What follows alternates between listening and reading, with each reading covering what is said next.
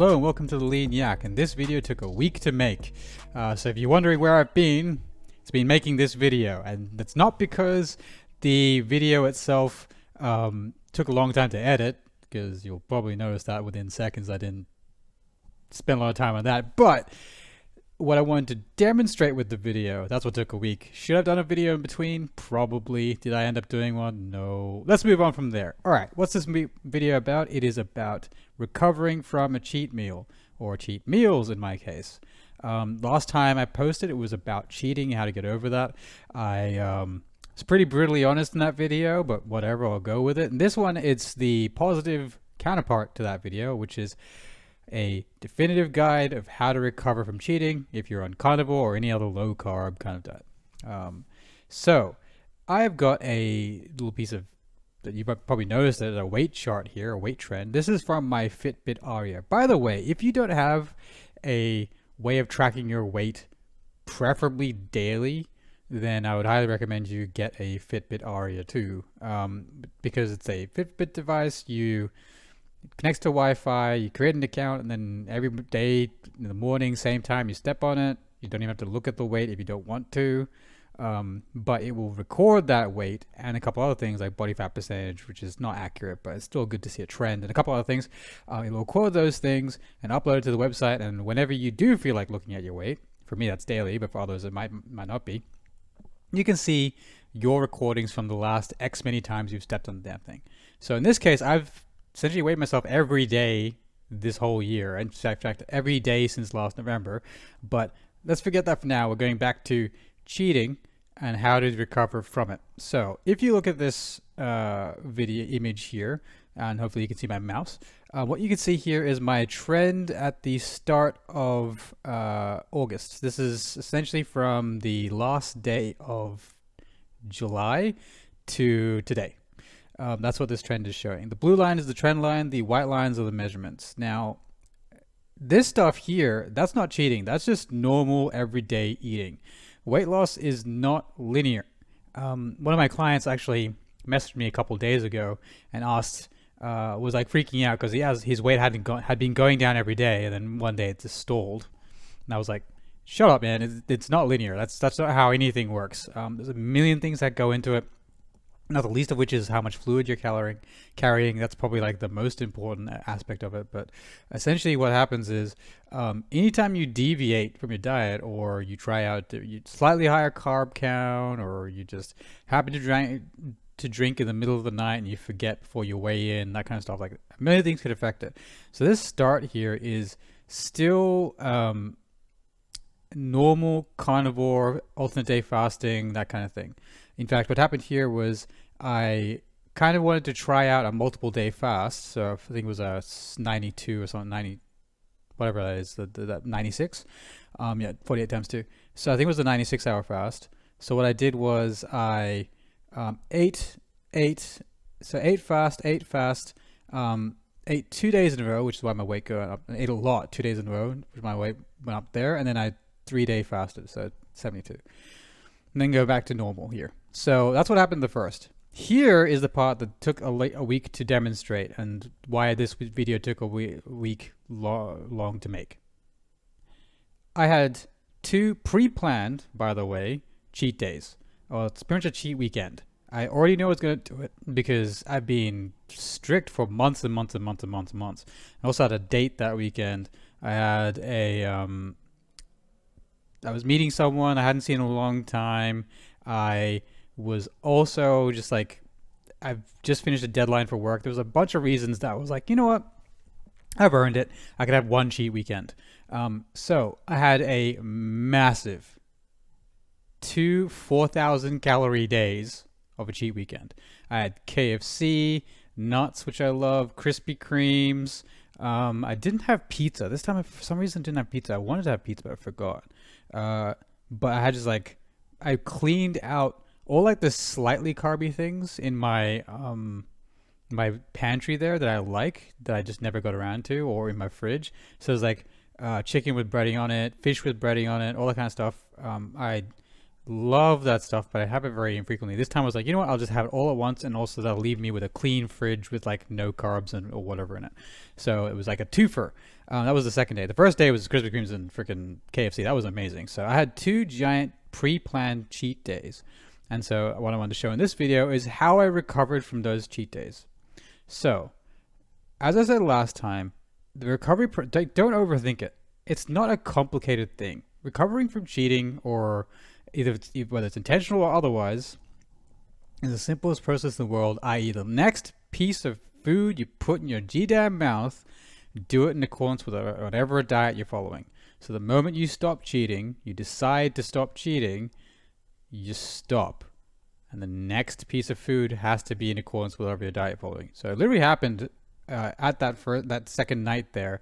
I was 3/4 of the way through a bag of flavored nuts, which I love. I love flavored nuts for whatever reason. So this one's like a shapes flavored nuts, which we have in Australia. Barbecue flavored shapes, whatever. So that was like, I really loved it, but then most of the way through that bag, I was like, okay, I just got that tipping point where I started feeling too full, and I was like, you know what, I'm stopping there. And what I did, just to put a bullet in it, is I threw the rest of the bag away. There wasn't much left in that bag, but the thought counts, and the I actually felt it in me that was a decision point. So I threw the rest of the bag away, and that was the end of that. That was my end of my cheat meal. So buns of KFC and Krispy Kreme, bunch of spare stuff from my fridge and pantry, and then I had to deal with the fallout. So I weighed in. So after hitting my PB lows here of 62.7 roughly kilos, what's that in pounds? 62.7 kg to pounds. 138 pounds. Jeez, I'm getting down there. After hitting my low of 138 pounds, I shot up by freaking, what's that, 62 to 60, almost 66, so 6 pounds in 2 days. And then that's another thing to keep in mind here. If you're in a low carb diet, most of that is water weight, as demonstrated by how quickly I lost it again. 90% of it is water weight. There's probably a little bit of fat in there because your body will store something, but it is so trivial to lose it. And that's why I say just focus on going back on your diet, because all I did here, and here, those 3 days following it was, in fact, so that first day following it, I just went back to carnivore strictly. Second day following it, I went back to carnivore. That was still strict carnivore.